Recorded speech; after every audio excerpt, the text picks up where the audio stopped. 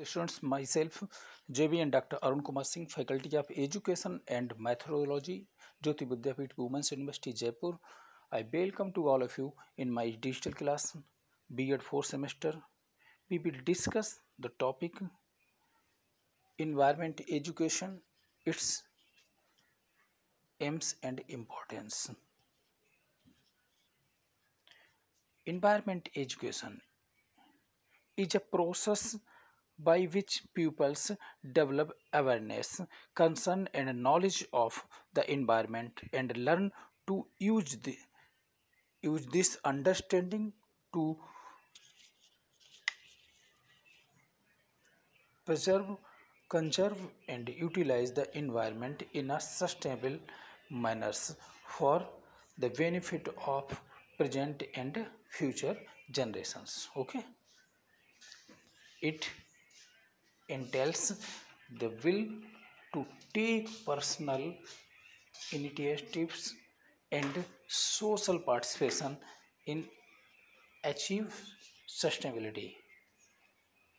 It is intended for all types of learners, students out of school, youths, community leaders, policy makers and the general public to develop appropriate environmental related skills. Aims of environment education. environment education के उद्देश्य विभिन्न प्रकार के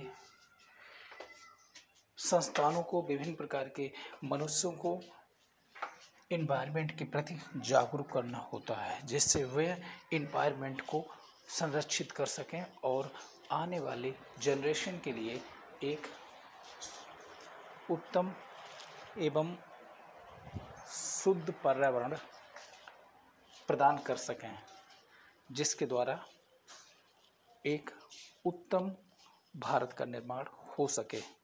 environment education के उद्देश्य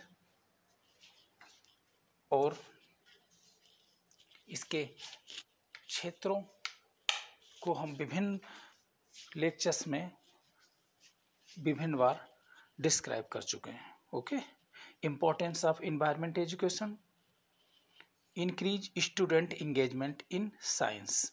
environment education का सबसे पहला उद्देश्य स्टूडेंट्स को साइंस से कोरिलेट करना होता है।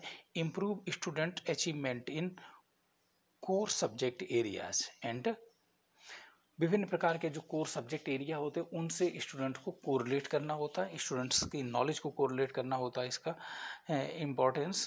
और इसके अतिरिक्त provides critical tools for 21st centuries workplaces and helps address nature deficit disorders।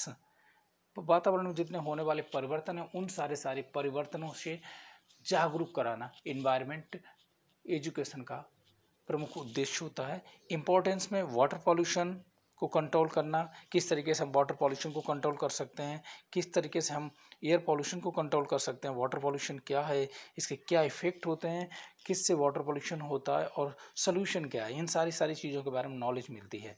इसी तरीके से एयर पॉल्यूशन क्या है, एयर पॉल्यूशन वायु प्रदूषण क्या है, वायु प्रदूषण किस तरीके से होता है, बर्निंग ऑफ फॉसिल फ्यूल से वायु प्रदूषण होता है, increase level of carbon dioxide से वायु प्रदूषण होता है ना। इस टाइप के जितने भी एक्टिविटीज़ होती हैं जिनसे वायु प्रदूषण होता है, फिर इस वायु प्रदूषण के इफेक्ट क्या होते हैं, एसिड रेन होता है, हेल्थ प्रॉब्लम्स उत्पन्न हो जाती हैं ह्यूमंस में, ग्लोबल वार्मिंग होती है, रेस्पिरेटरी डिसऑर्डर्स उत्पन्न हो जाते हैं, कैंसर से एक्सेट्रा डिसीज उत्पन्न हो जाती हैं।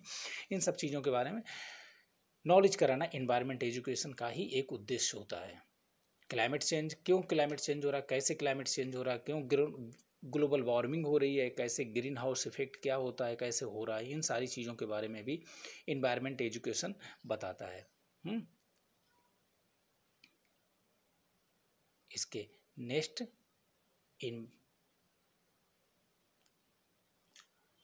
उन सारी ग्लोबल वार्मिंग, एसिड रेन और भी जो भी पॉल्यूशंस होते हैं इनसे ह्यूमन एवं जितने भी ऑर्गेनिज्म होते हैं उनकी हेल्थ पर क्या इफेक्ट हो रहा है, उनकी सर्वाइबिलिटी रेट पर क्या इफेक्ट पड़ रहा है, उन सारी चीज़ों के बारे में नॉलेज देना एनवायरनमेंट एजुकेशन का एक प्रमुख कार्य होता है। Okay, thank you.